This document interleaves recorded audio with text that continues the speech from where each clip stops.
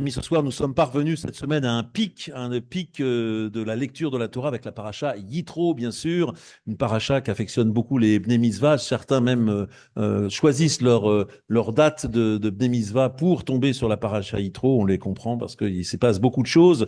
Bien sûr, elle comprend essentiellement les 10 commandements, l'un des textes les plus mondialement connus. Je vais revenir sur ces 10 commandements ce soir. Alors, j'avais fait un commentaire sur les 10 commandements l'année dernière, mais j'en ai tiré des conclusions différentes cette année. Donc, je me suis permis de revenir sur le sujet, mais pour dire autre chose. Dans le judaïsme, ils ont eu une importance d'entrée de jeu très très grande. Dans le temple, rapporte Tron, ils étaient récités comme partie intégrante de l'office quotidien. On disait tous les jours les 10 commandements au sein du Shema Israël qui comportait en fait 4 paragraphes. Aujourd'hui, il n'en comporte que 3, mais il y avait 4 paragraphes, dont les 10 commandements. Et ensuite, les sages les ont retirés à cause d'une polémique. Vous savez, est née cette frange, d'ailleurs, dont les historiens, Dan Yafé sans doute, et peut-être la personne qui en connaît le plus sur ce sujet, les minimes, les hérétiques, les sectaires, etc., des personnes qui avaient des enseignements un petit peu divergents de la classe rabbinique de l'époque. Et donc, il y avait cette polémique qui disait que, qui survalorisait les 10 commandements en disant que seuls ces commandements avaient été entendus au Mont Sinaï, les 603 autres ayant été quelque part inventés par les rabbins. Alors vous allez me dire, oui, bah, quel est le problème finalement de savoir que ces commandements étaient entendus directement, mais là, effectivement, on contrevenait peut-être au seul dogme du judaïsme. Le judaïsme n'a pas de dogme, et Yeshayahu Leibowitz disait que s'il y en avait un, ce serait celui-là, c'est le fait que la loi orale ait été révélée en même temps que la loi écrite. Donc les commentaires qui ont fait qu'effectivement les 613 commandements auraient été entendus au Mont Sinaï, si l'on met en doute cette parole, enfin, la capacité d'interprétation des textes, alors il reste plus grand-chose. Et donc finalement, les sages ont retiré ces 10 paroles qui faisaient friction entre différents courants interprétatifs. Alors maintenant, quand on se penche sur les commandements eux-mêmes, finalement, oui, ils sont originaux, bien sûr. Ils ont été transmis à l'humanité entière, mais à vrai dire, il y a beaucoup d'autres textes dans l'Antiquité qui transmettaient ces grandes vérités. Ils ne sont pas tant originaux par leur formulation que par la situation d'énonciation, qui est effectivement propre au judaïsme, le fait d'une révélation collective. Les rabbins étaient très fiers de cette collectivité de la révélation, et même les penseurs médiévaux, les philosophes, insistaient toujours sur le fait que, contrairement à d'autres religions qui reposent sur des révélations faites à un seul homme, bon, il se trouve que Jésus, lui, a été incarné, donc c'est encore un autre système, mais que Mahomet, ait été informé par un ange, Gabriel, etc., dont il a reçu les versets pour ensuite les transmettre.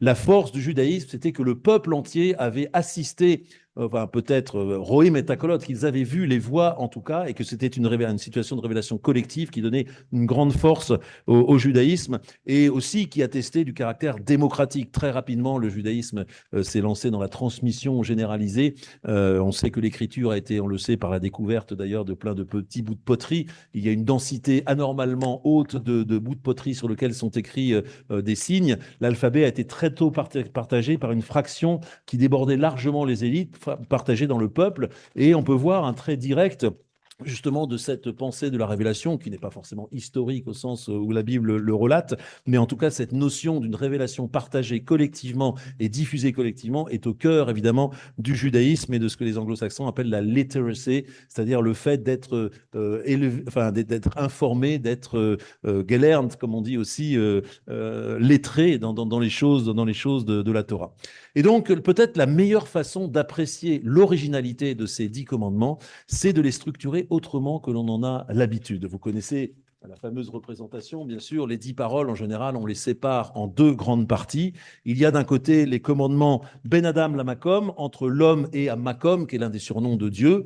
Effectivement, hein, tu n'auras pas d'autre Dieu que moi, tu ne prononceras pas mon nom en vain. Tout ça concerne les rapports de l'homme avec Dieu. Et les 5 autres commandements qui sont réputés être Ben Adam lechavero, entre l'homme et l'homme, donc les commandements plus sociaux, ne pas voler, ne pas attenter à la propriété, ce genre de choses qui sont effectivement des régulations plus sociales. Ça, c'est la manière traditionnelle, mais il se trouve en particulier dans un commentaire très intéressant du grand rabbin Jonathan Sachs, une autre façon de structurer des commandements, et alors là, qui fait apparaître, je veux dire, d'une toute autre manière, qui soulève les 10 commandements d'une toute autre manière, et qui fait apparaître le véritable projet, j'ai envie de dire, spirituel de ces 10 commandements.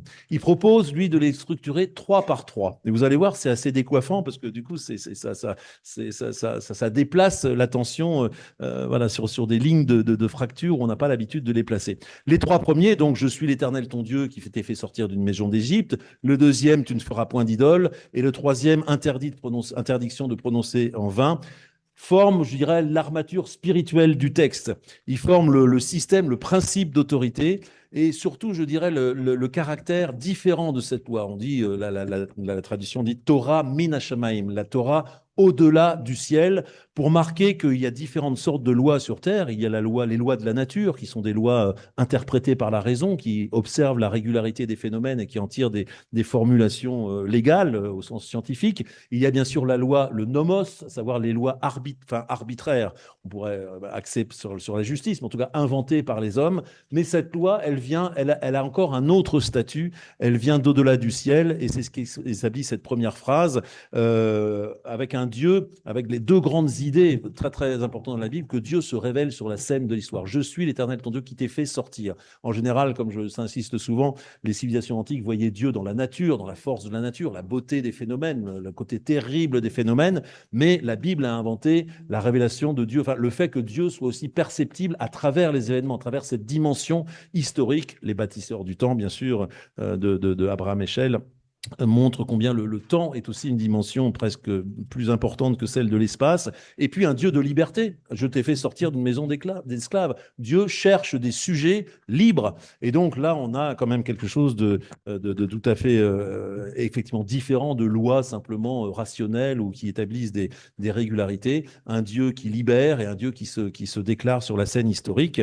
Le fait de ne pas vouloir faire d'idole nous montre que Dieu n'est pas non plus un principe simplement abstrait, c'est une source de vie, c'est une entité vivante, Chai, bien sûr, et pas seulement encore le Dieu d'Aristote, dont on a besoin pour faire tenir un système, mais une véritable force vivante, quelle que soit évidemment sa matérialité. Et puis l'interdiction du nom en vain exprime le principe de sainteté, c'est-à-dire que le langage qui nous a été donné est un principe justement au cœur duquel Dieu se trouve, et on ne parle pas de Dieu comme on dit passe-moi le sel ou bonjour. Il y a un niveau différent ici. Et donc je dirais que ces 3 commandements ensemble forment l'autorité du système et l'originalité du système par rapport à toute autre chose, par rapport à tout autre phénomène. Les 3 suivants, interdiction du Shabbat, donc le 4e, le 5e, honorer les parents, et le 6e, la prohibition du meurtre. On a rarement, évidemment, 4, 5, 6, on a rarement l'habitude de les lire dans ce sens-là, les 2 derniers et le premier du haut. Je dirais que c'est un principe d'altérité. Une fois qu'on a posé le système, pour qu'un monde social, pour qu'un monde pluriel puisse exister, il faut reconnaître l'altérité. Alors le Shabbat, c'est reconnaître l'altérité dans la dimension du temps. Il y a un moment différent où on ne fait pas les choses habituelles, c'est le Shabbat. L'altérité dans le domaine de la transmission, on reçoit sa vie de parents, et comme le dit le verset Kabed et avicha v'et imecha, tu respecteras ton père et ta mère, leman yarechon yamecha, pour que tes jours te soient comptés. Pour que tes jours te soient comptés, tu ne peux pas te considérer comme autonome. Il faut commencer par reconnaître qu'il y a de l'antériorité, celle des parents. Reconnaissance de l'altérité, je dirais, générationnelle, absolument fondamentale. Et puis, ne pas tuer, bien sûr, évidemment, si tout le monde tue tout le monde, il n'y a plus de société au bout d'un temps très très court. Donc, restreindre notre puissance. Voilà, reconnaître qu'il y a de l'altérité qui peut s'opposer à nous, qu'on n'aime pas forcément, mais en tout cas, il faut la respecter. Il y a donc ensuite le dernier trio. Donc, on a eu le système d'autorité, on a eu la reconnaissance de l'altérité dans les générations qui se succèdent, dans le temps en général et dans le social, ne pas tuer. Le dernier trio, donc, c'est l'adultère, l'interdiction de l'adultère, le vol et le faux témoignage. Je dirais que c'est une espèce de face inversée de l'altérité. C'est-à-dire qu'il faut en plus le penser sincèrement. Le pire, le worst case scénario dans le judaïsme, il y a un passage dans le Deutéronome, c'est de pouvoir observer la loi, enfin effectivement d'être law obedient, comme diraient les anglo-saxons, de respecter la loi, d'être un bon citoyen, etc. Mais à part soi, de dire, bon, bah oui, j'y crois pas forcément, mais en tout cas, bon, il faut le faire, c'est plus simple, c'est plus fluide. solide.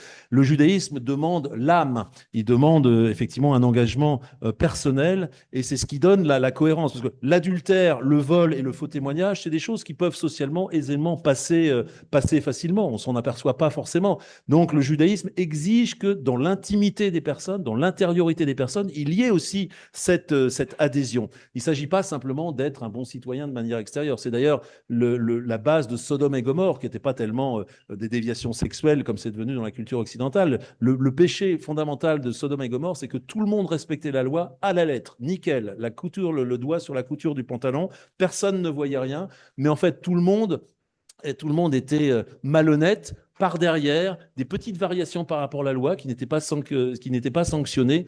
Et donc, évidemment, le judaïsme demande la cohérence personnelle. Donc, il y a la reconnaissance de l'altérité, je dirais, sociale, mais encore faut-il y adhérer soi-même. Et ça, c'est beaucoup plus difficile.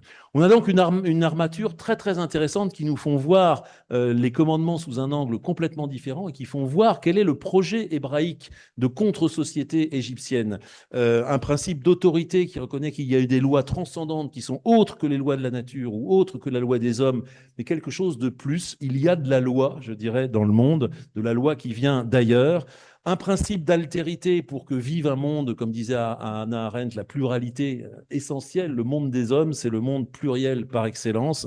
Et il faut des dispositions pour faire vivre cette pluralité. Sinon, on sombre évidemment et dans la tyrannie ou dans une société borgne. Et puis, il faut aussi quelque part de la cohérence, de l'intimité pour qu'il y ait de la morale, de l'éthique, que tout ça soit irrigué effectivement de valeurs propres. Et alors, vous allez me dire, il reste le 10e commandement. Quoi faire du 10e commandement? Je vous le rappelle de manière intégrale, ne convoite pas la maison de ton prochain, ne convoite pas la femme de ton prochain, son esclave, ni sa servante, son bœuf, ni son âme, ni rien de ce qui est ton prochain. Alors on a envie de dire, bon, oui, bah après, les 9 autres vérités, c'est peut-être pas la plus importante. Eh bien justement, ce que fait apparaître cette classification en 3 x 3, 9, c'est qu'elle est peut-être justement complètement à part, qu'elle est peut-être la plus importante et que peut-être même le système repose intégralement sur ce commandement du désir. C'est ce que j'appellerais la clause d'intériorité, c'est-à-dire qu'il y a tout un tas de choses à respecter dans le domaine, voilà, dans les phénomènes sociaux, mais tout dépend en fait de notre intériorité, de notre désir. Le désir, c'est quelque chose d'invisible, c'est quelque chose de complètement volatile, c'est quelque chose qui ne se remarque pas, qui ne se quantifie pas, qui ne se montre pas, mais tout dépend de la qualité de notre âme, j'ai envie de dire. C'est une chose qu'on est seul en fait à pouvoir savoir, c'est quelque chose qui est difficile de communiquer, et pourtant tout le reste qui est l'expression sociale, physique, visible, est ancré sur justement cette petite pointe, ce petit youd invisible, ce petit youd volatile, qui est en fait le désir. Je dirais que c'est d'autant plus important dans notre société voilà, où la subjectivité à tout crin fait foi aujourd'hui, c'est-à-dire qu'on est un monde de production, je dirais, impressionnant. La production, pendant longtemps, a été axée sur un objectif qui tenait encore l'objectif du bien commun, à savoir faire en sorte que les biens soient partagés, faire en sorte que tout le monde soit pourvu, enfin, et accès à cette création de richesse. Je dirais que depuis 20-30 ans, on a largement débordé, et là, on est dans le désir illimité de l'individualisme. On a complètement perdu la notion du bien commun, et cette production n'est faite que pour inflater notre ego. Et je dirais que cette lecture des commandements nous montre qu'effectivement, tout repose sur une espèce de rigueur qu'on est les seuls à pouvoir avoir, la qualité de notre âme, se soucier de la qualité de notre âme et la qualité de notre désir.